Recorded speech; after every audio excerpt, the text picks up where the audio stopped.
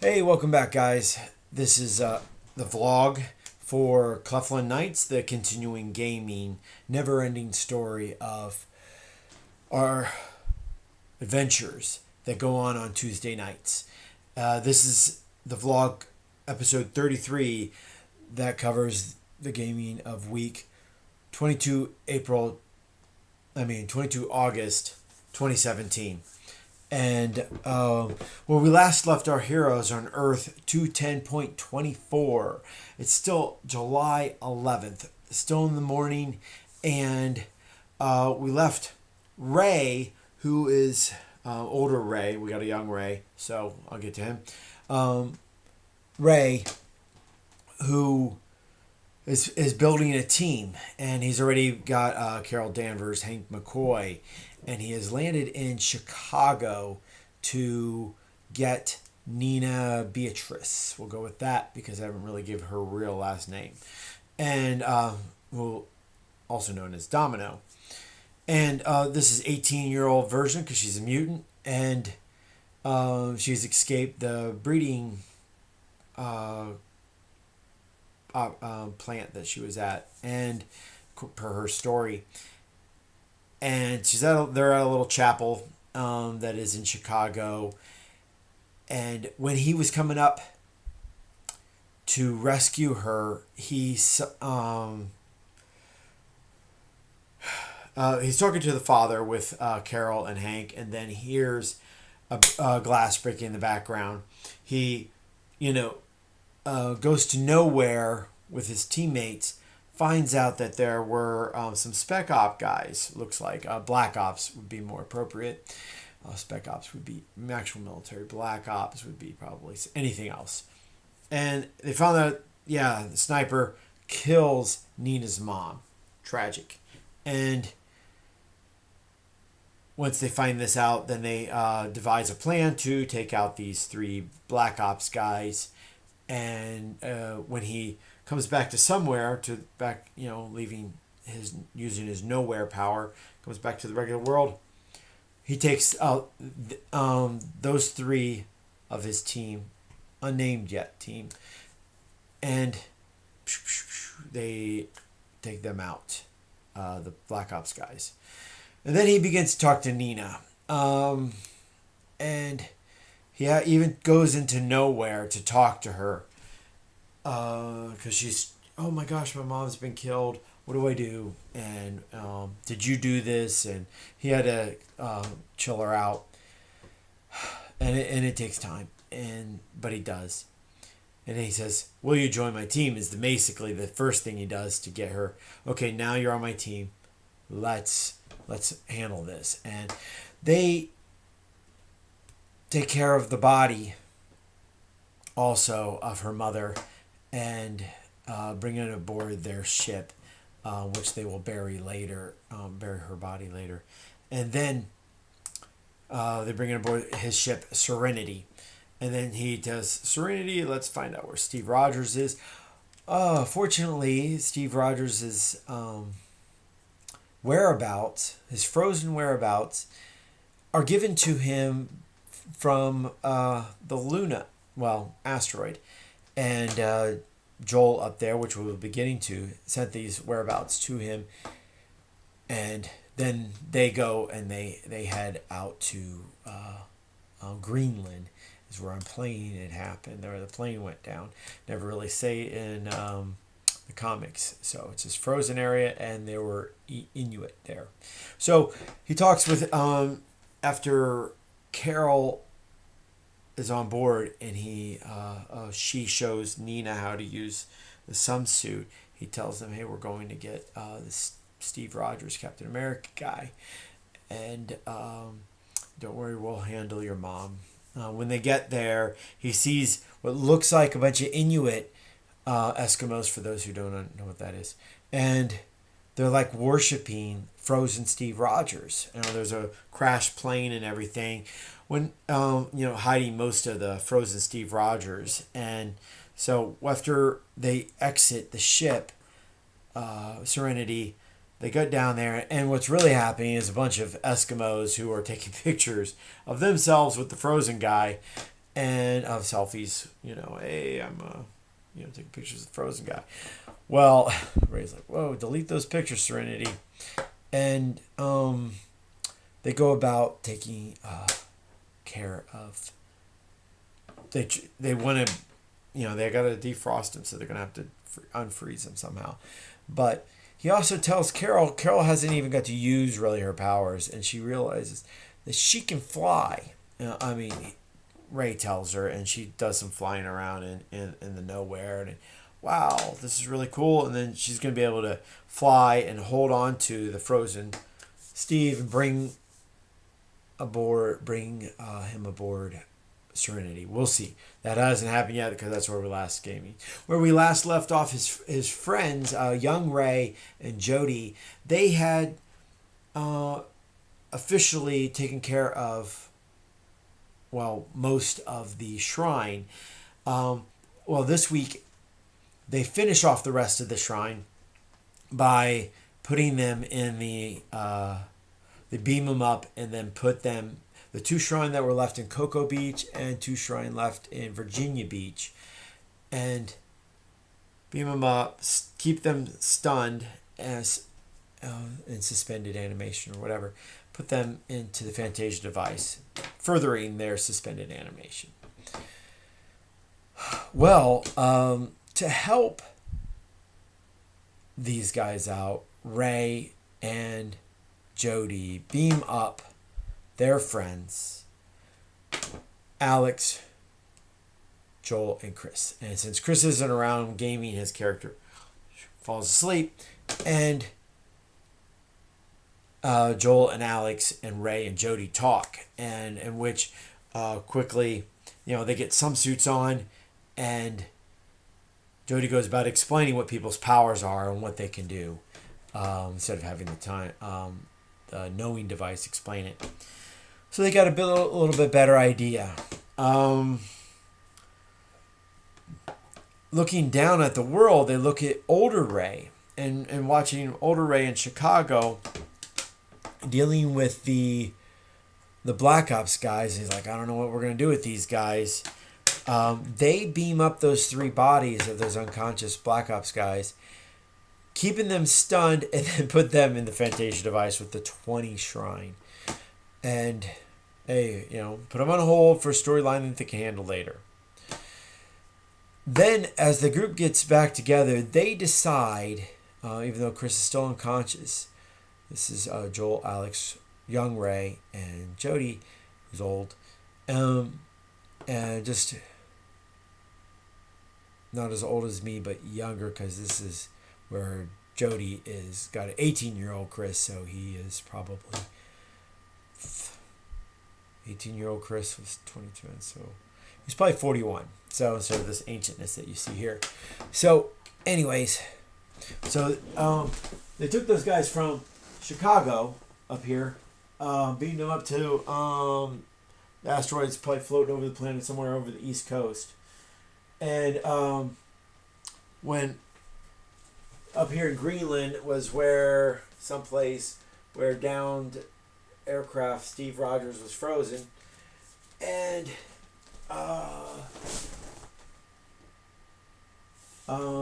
Cocoa Beach is down here, and Virginia Beach where those shrine were beamed from. So I'm just trying to show you the globalness of any 10 world. Things happen everywhere. Lots of diversity. And so anyways, they're on this asteroid floating somewhere over the East Coast, and they decide, how about we bring some extra people here from this world? Because we know that last night millions of people became mutants. That's the thing about Earth 210. It's kind of like Heroes, where everybody got their powers, right around the same time. Because they didn't in Heroes, but that's kind of the storyline, that the eclipse. I hope you guys enjoyed the eclipse this week. But in this world, mutants, anybody who's gotten their powers genetically, grew up with them, deposited, not altered humans necessarily, got their powers the night before. And a lot of the, Inhumans and stuff, meaning like Kamala Khan or whatever. But so reach out and try to find out things. Well, because of this, Joel is, as everybody breaks off to do these certain things, Joel asks, "Where's Coriandar?" Because he remembers that in the other Earth 10s, Earth 10, Earth 10.3, and 210,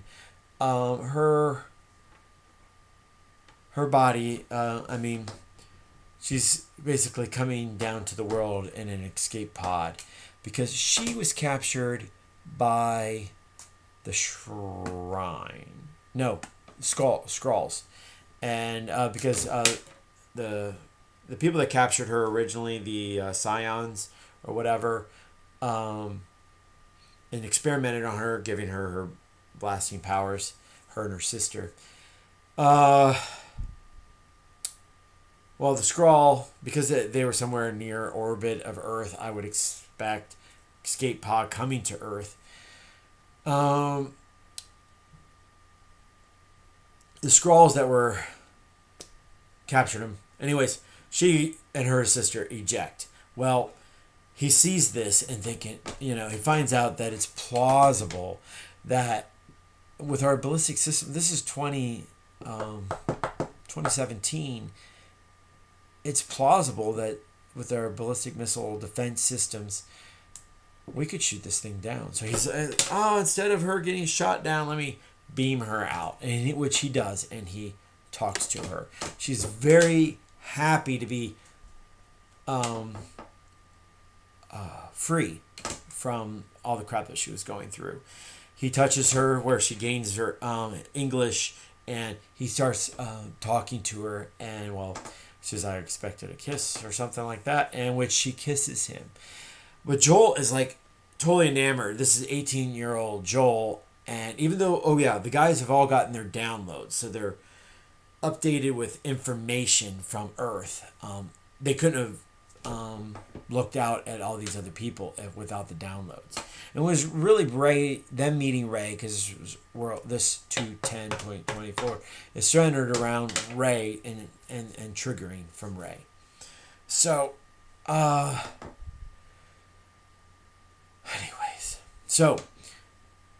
he's so enamored with her, and she's like getting his vibe, and she's a Tamaran. And anyways, he's like, "Hey, let's leave the Luna, the ops area, and head down to Tropicana and get you some food or something, where we can have some one-on-one time." And when they do that, Ray, he says, "Well, let me beam down and get Kitty Pryde up here, because if they're gonna have a team of people that run ops up here, getting extra females would make sense, because there's 4 guys, 4 girls, and Kitty's like super smart, great with computers." And he finds out that she's in Deerfield, Chicago, way over here, and which is a place where a lot of Hughes movies are based at, and so he beams down to her from ops, and Alex does some research and decides, how about getting McGann Moore's Ms. Martian. And in my last storyline from at least 10.3 and 210, she's in Sydney. So that's where I'm playing her at. Kind of the Young Justice or Teen Titans storyline that has her there. But anyways, so she's down there in Sydney, and he beams down, and it's night instead of morning, and in which he greets her. He goes up into her apartment building, mentally calls out to her, and she's like, "What?" Anyways, this triggers some mistrust at first, distrust, and then, but as he gets to know her, and he's like, "Oh, just come up, check it out," because recruiting these other people, it's not like recruiting people for your team, where the power of, "Will you join my team?" Oh, of course, and they do. He has to actually talk her into it. and she's a smart Martian, so but still teenager, and she goes with him, and they are beamed up. He talks her into beaming up, and then up there he's able to give her more information. He's not really been using his rune power to do anything here. Meanwhile, also Jody has to get his favorite character, Ilyana Rasputin. So he goes, beams clear up to way up there in Siberia, someplace where the actual Gregory Rasputin was from, and in this time frame, since she's probably 17-year-old, he's also taking a tricorder because he can't speak Russian, and it's Kakovashtala. That's about it. It's Placebo and some other things. I used to be able to count in Russian, but it doesn't matter anymore. So anyways, he beams up there and to try to get his favorite character, because that's just what Jody would do. And there are probably a lot better people, but these are the first 4 that are going to be 2 aliens and 2 mutants. And the 2 of the mutants in Marvel Comics anyway, 616, become pretty good friends. So we'll see how this goes.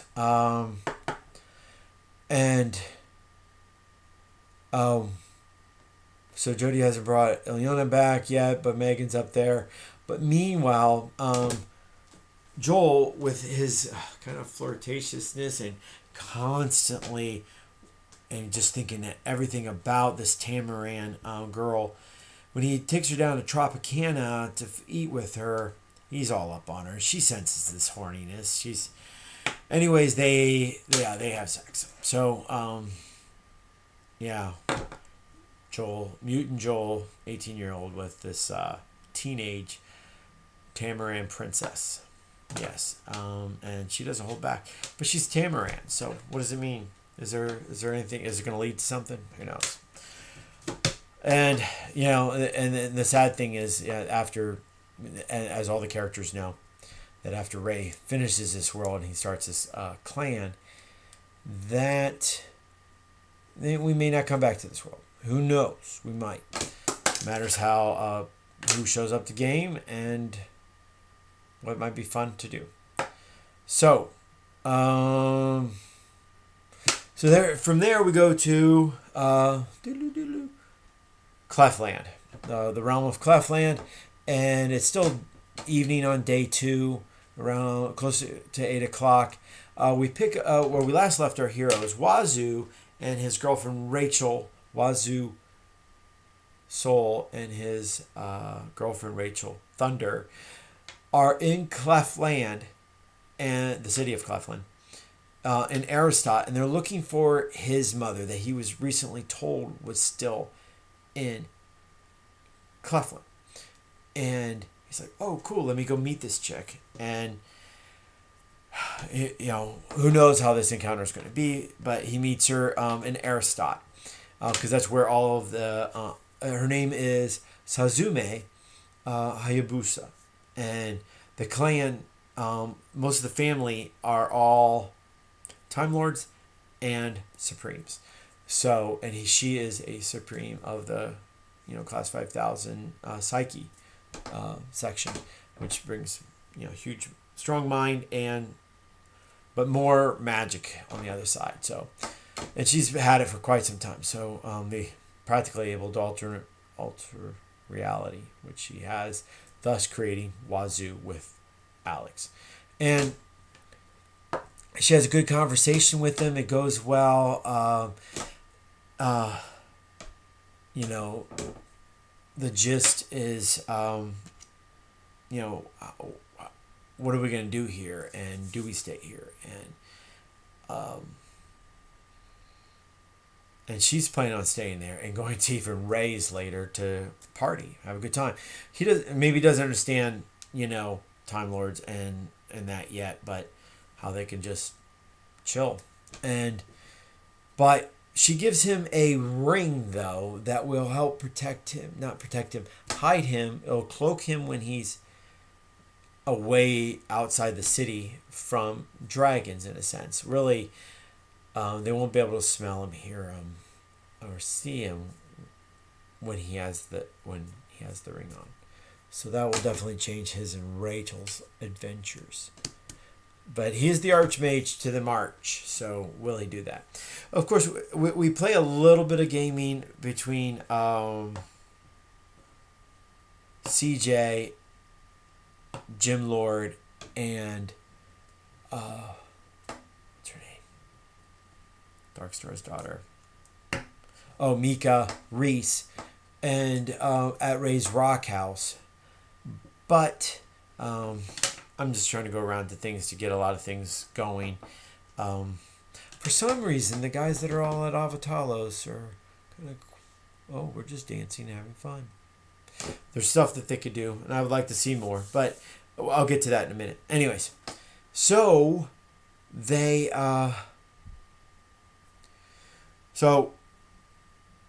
but basically all of the lords and royalty that are in Claflin are notified that there will be court at the castle at 8 o'clock and that they are to attend. Not like, hey, you're going to die, but, hey, why don't you come by and, meet all the other types like us. Because that's what court is about, meeting the other blue bloods, if you will, and getting to know each other, which is important in this world, which is I was trying to get the game to, but it seems like it's going to be cut short. And it seems like there's a withdrawalness that I don't feel like talking to anybody. Anyways, so Crow and we go to Avalon. Crow and Xander are carrying a door, and they go and put it at the forge that is in Avalon, so that they can use this door to zip back and forth to get to the forge. Because Xander has become, he's a Sensi Knight, and of course Crow can't be one because he's a TL. And they use the door, go back to the Tower of the Magister, and via the Tower of the Magister go to Baxter's, where they find Zara. Zara, Xander's twin sister, is majorly depressed because she's found out from the knowing that her mother Zatanna is going to come out 100%, and this feels tragic. So she's drinking her life away. Blues for another day. And Tempest, Xander's uncle, is there to try to cheer her up a little bit. But, wow. I seem a little... Okay. And so they get there and say, hey, come on, sis. Come with us. Adventure with us. And she does. She goes into the Tower of Magister in there. But meanwhile, also what's going on over there at Baxter's, as most of the lords are, partying, as we told you last episode. James Lord is there with Violet King and her sister Val, and they're TLs, and they have met. They introduce James Lord to one of their friends, Apollo Olympia, and yes, the same Apollo that was in Mifflin that basically got kicked out and avoided total destruction from the what do you call it, clan, the Infinity Clan. So, and he's here now. Hey, he's got to have some place to chill out with other Time Lords. So, this is where he's at. And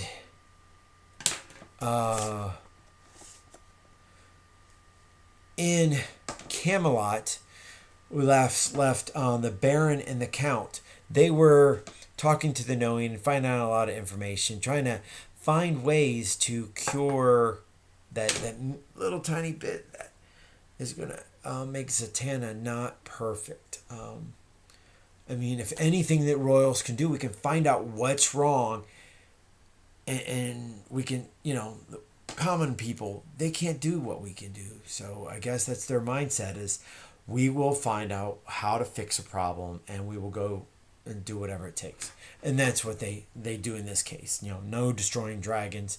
They figure that using some technology would help, and they head down to they board Brent, and head down to Mifflin. So hopefully we'll pick up that tomorrow, and not tomorrow, this week's game, Tuesday, 2 days from now. And where the Baron and they head to Mifflin to the Tower of Science. Yeah, we have a lot of towers of. Towers of Magister, Tower of Science. That's just what they were called, so we're sticking with them. In Marrakesh, Kyle and Heather talk with Triton and Andrew and say, hey, we've pretty much helped these people as much as we can. It's getting late. We're going to take Pele and head home. They say, like, okay, great, thank you. And Triton still has to figure out what he's going to do next. And then Avatalos. Wow, there's so much going on with this little coupling of the different siblings and people that knew each other while they grew up in Red World, and now actually maybe are trying to form as couples. But some people are like, I'd like to be a couple, but the other person's thinking, I don't want to be a couple. And the Duke is able to sense these things and like future issues, maybe, I don't know. But with pretty much all of Clan Clones there, and all of Clan Infinity there for the night. The twins, Dom and Lucky, playing music with Jonathan Prentice. Livening up things. Caleb. What's Caleb? Yeah, Caleb. No, it's not. It's Seth Corso. No, Caleb Corso is at the bar serving everybody. Finally, young Anders Prentice dances with May, kind of one of the second gens that he's been trying to meet, which is really cool. And the night goes on. No clear anybody saying, hey, this is something I got to do, or I got to meet this person or talk to this person and try to get things going. They're kind of like seeming like I just want to fade into the night and we all go to sleep. Which I know if we were really there, I know it's a lot of people, but if we're really there, we would actually, have some plot, like, I'm not just going to sit and dance the whole night away and drink.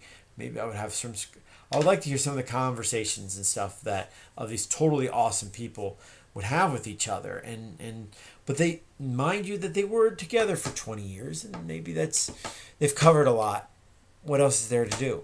We're going to go to bed and finish this world because they want to play 10.3. So,